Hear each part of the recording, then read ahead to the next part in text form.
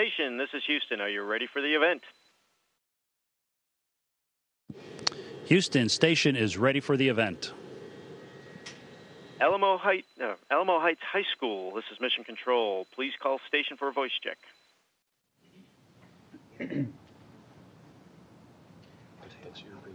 Ready for me? Ready for me? Station, this is Congressman Lamar Smith at Alamo Heights High School in San Antonio, Texas. How do you hear me? Representative Smith, we hear you loud and clear. How are you today, sir? Doing wonderfully well, thanks to you all. I hope you can hear that applause in the background.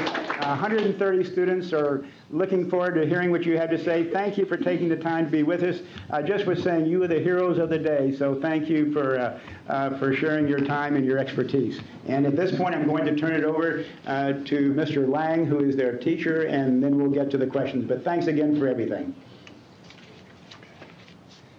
Thank you, sir. Tamara, you're first, and then after that will be Sarah and Eric and Josh. So you guys, or Jacob, so let's get you guys up here first, okay?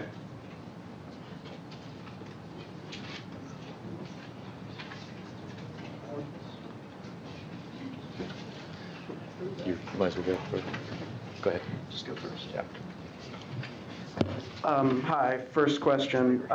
I was wondering, because the station is underneath the roach limit, is there any tidal stress or stretching on the frame of the station? Yeah, that's a very interesting question, and I have to admit I had to look up what the roach limit is. And to be honest, I don't know the answer to that, but it does highlight a very important point, and that is that the space station itself is a very complex machine, and it's taken thousands of people to build it and to run it and to make it work. And there are experts on every system out there, so you know, I'm guessing that there's probably someone out there that's very familiar with that limit, and they could probably answer it for you. But unfortunately, unfortunately, Rick and I aren't able to answer that one. Hi, I'm Eric, and I was wondering, did you guys plan to be an astronaut, like, from childhood, or did you come to it through a class you took in high school or college? You know, I was always interested in math and science when I was probably starting in 4th or 5th grade, and I was interested all through high school on that. But I never really thought that I could be an astronaut. I never even knew that I could be an astronaut, to tell you the truth, till I was about 27 years old, and I saw an advertisement in a magazine and they were looking for astronauts, and people could fill out applications. And this is when the space shuttle program was just beginning. So that opened my eyes and made me understand that anybody can be an astronaut. All it takes is a lot of hard work and a lot of dedication.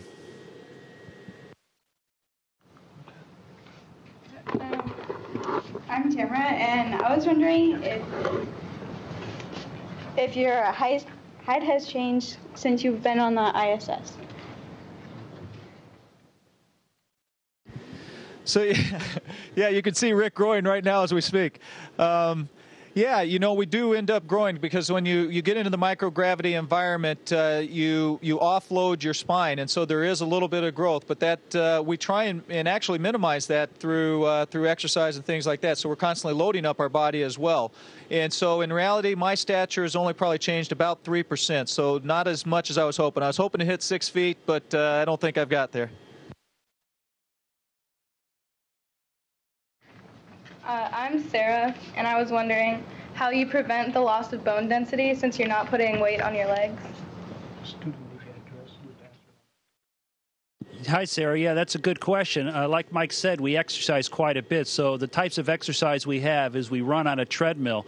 And the way we run on the treadmill is we wear a harness and it kind of, in bungees, strap us to the treadmill. So that puts a lot of load on our shoulders and on our legs.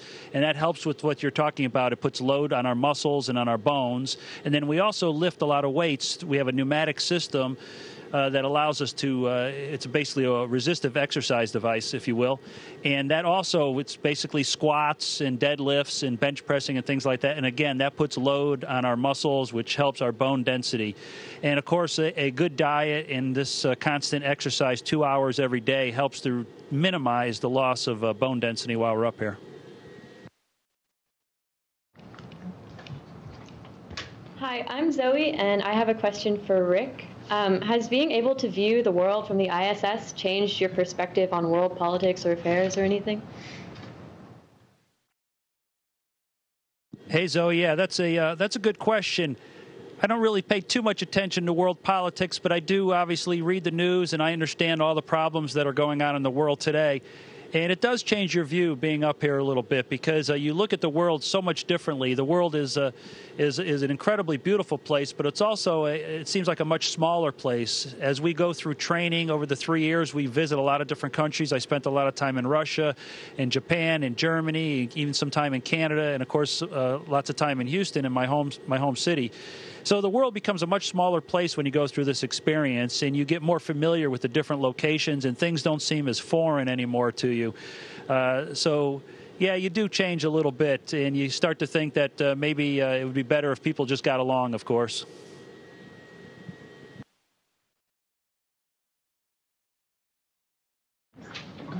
Hi, I'm Anne. My question is for Mike. And how many hours of sleep do you get, and is it restful or stressful? Yeah, that's a great question. And actually, I found up here I'm sleeping about as much as I do when I'm on the ground, and that's somewhere between 5 or 6 hours of sleep every night. I get up pretty much at the same time and tend to go to bed at the same time. As far as stressful, sleep is never stressful, so it's actually pretty relaxing. Of course, it's a little bit different up here. We sleep in sleeping bags, and because there's no up or down, we can just tie the sleeping bag to a wall, to the deck, to the overhead, wherever is, however our crew quarters are laid out. So you crawl in that sleeping bag, you kind of wrap yourself up, and it's actually pretty comfortable.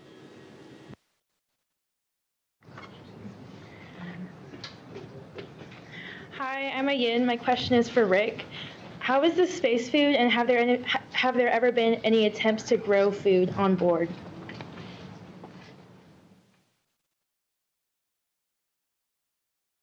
Oh, the food, yeah. Hey, we have all kinds of food up here. We have a pretty wide selection of food, and it comes in basically 3 different forms. We have the irradiated food that's kind of like you find in an MRE, that the military folks eat. We have the dehydrated food that basically, this is actually rice pudding. It's hard as a rock right now, but we add some water to it, and it goes back to its normal state, and it's actually pretty good. And then, of course, we have our drink bags. It's really not much more than an envelope with some powder in it. This is pineapple drink. We add water, shake it up, and we got a good pineapple drink.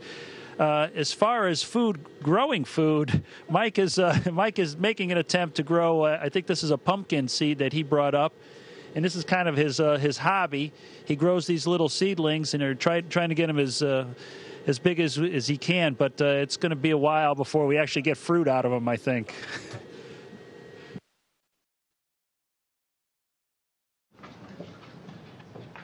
Hi, my name is Luther, and my question is for Mike. What are the living conditions like on the ISS? Is it cramped, or do you have personal space?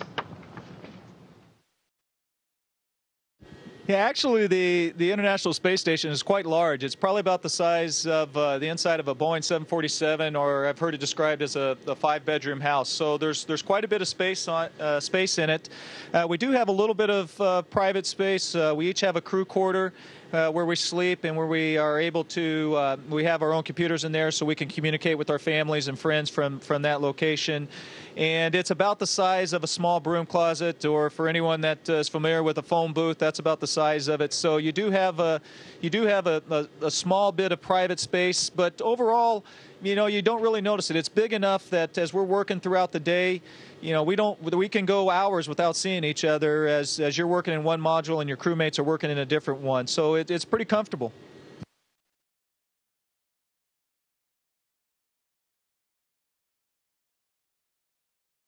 And my question's for Rick. This has sort of already been asked, but can you tell us a little bit more about how difficult it is to maintain your physical fitness in space?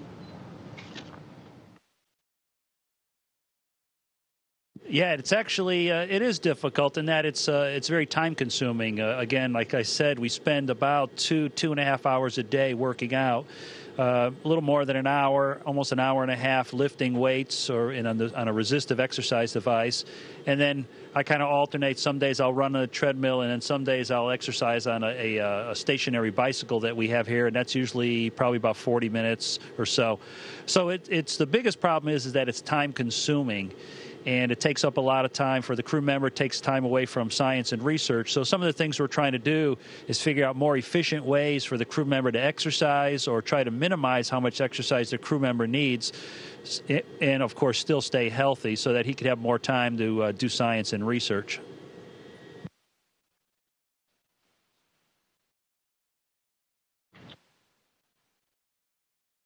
Rick. How big of a problem is carbon dioxide buildup, and are there spots on the ISS with poor ventilation where carbon dioxide is a problem? Okay, yeah, that's a good question. Carbon dioxide, it's not a real big problem up here because we have, like you say, we have quite a number of fans. You know, we got intermodule ventilation, we got ventilation between the modules, we got ventilation for basically everything up here. So it obviously mixes the air and keeps carbon dioxide from building up. I remember on one of my first missions in 2000 when the space station was only about 3 different segments, the ventilation system wasn't fully worked out. It wasn't fully installed yet because we were just still building the space station. And as you can see, these racks up here, sometimes we would be working behind these racks, and if you're back there for a long period of time, you'd get these CO2 pockets would build up as you're back there breathing.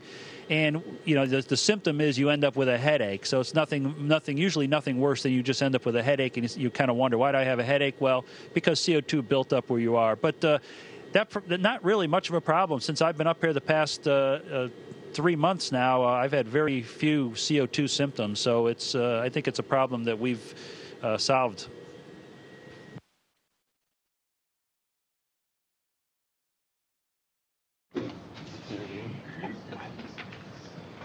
Hi, my name is Eric Gustillon. My question is for Mike. What dangers do solar winds and space junk pose on the ISS?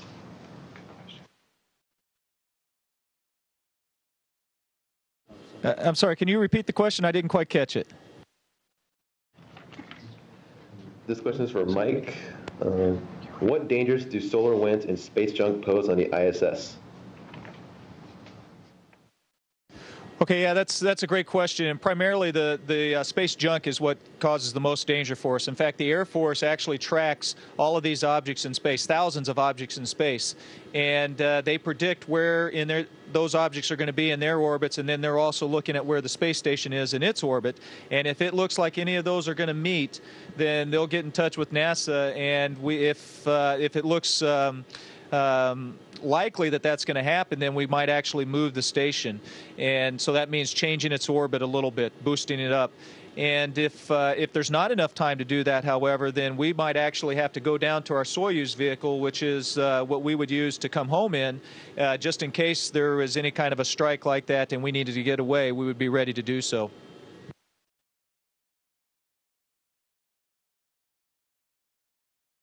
Yeah, I'm Andrew.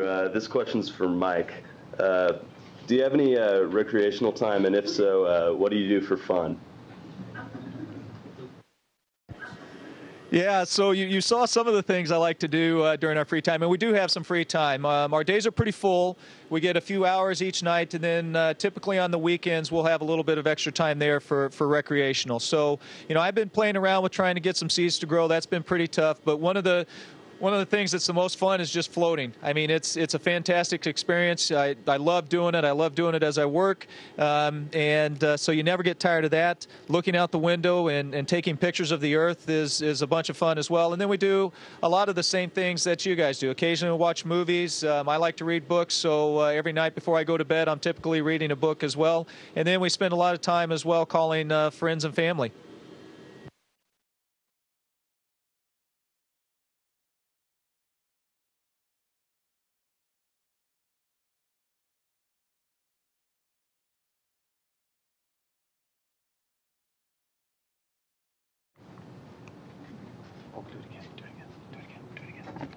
Oh, sorry. Do you feel that the training you received on the simulators prepared you for your mission, or is that something that you can't simulate on Earth?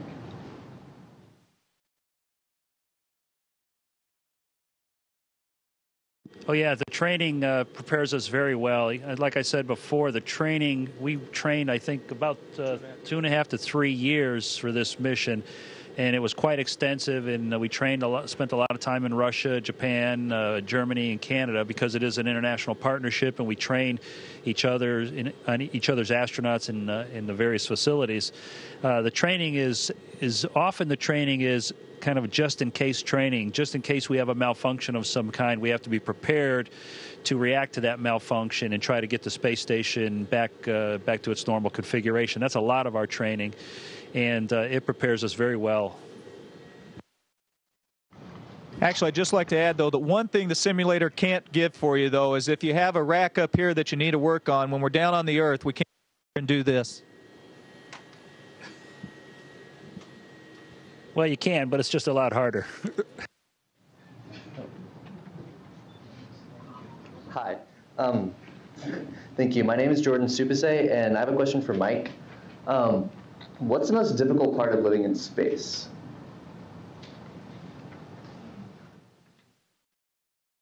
Yeah, you know, that's a hard question to answer, because it's fantastic living in space.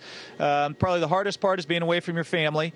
That's never easy, no matter if you're on the Earth or up here in space. But I'm actually going to steal some words from Rick he's used to describe like what it's like going outside on an EVA. A lot of times the simple things on Earth become difficult up here.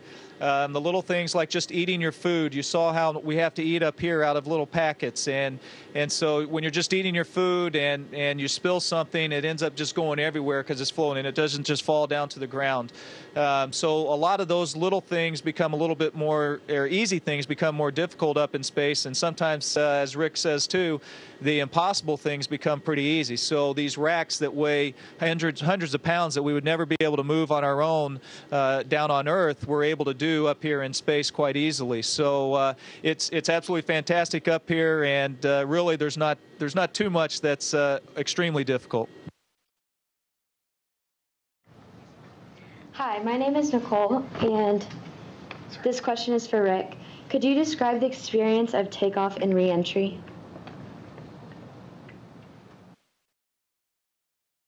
Yeah, launch is an incredibly dynamic event, is the words I usually use.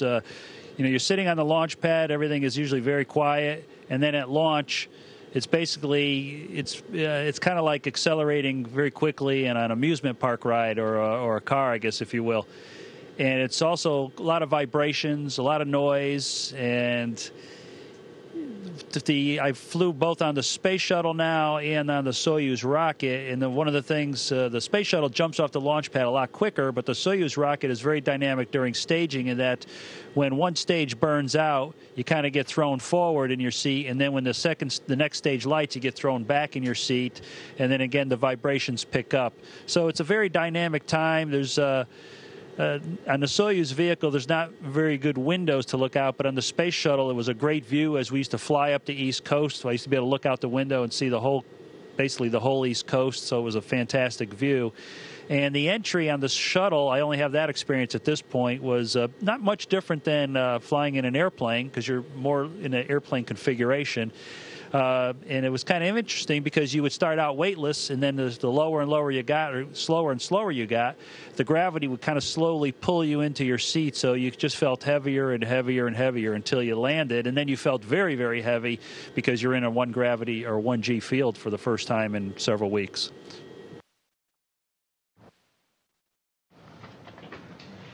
Hello, my name is Ted, and my question's for Mike. What takes place in the event of a medical emergency that may require hospital care? Yeah, that's a great question. So we actually have quite a bit of medical equipment on board the space station for just about any contingency, and we all have to go through quite a bit of training on being a medical officer up here. Now we're very fortunate in that our commander, Oleg Kotov, Russian cosmonaut, he's also a doctor, and so it's certainly nice when you do have a doctor on board, so that if there is that kind of an emergency, he's here to help out. But on the other hand, if there's not, we have doctors on the ground as well, and they're there ready to help us out. So if someone gets seriously injured, what we're going to do is we're going to work together with that doctor on the ground to try and figure out what's the best course of treatment for the person that's injured.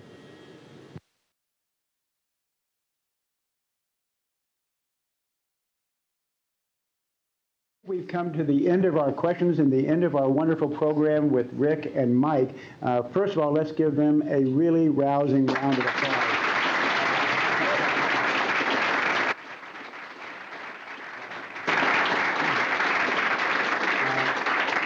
Rick and Mike, thank you all again. As I said earlier, you're really the heroes of the modern era. We thank you for your sacrifices. We thank you for your expertise and for your courage as well. You've inspired a lot of us today, and I said earlier as well, maybe there's an astronaut in the audience, a future astronaut in the audience. We'll find out. But thank you again, and wish you well, and a safe trip back in March when you come back to Earth. Well, thank you very much. It was absolutely fantastic. We enjoyed spending some time with you. They can't see us. Station, this is Houston ACR. That concludes the event. Thank you. Thank you, Representative Lamar Smith and Alamo Heights High School. Station, we are now resuming operational audio communications.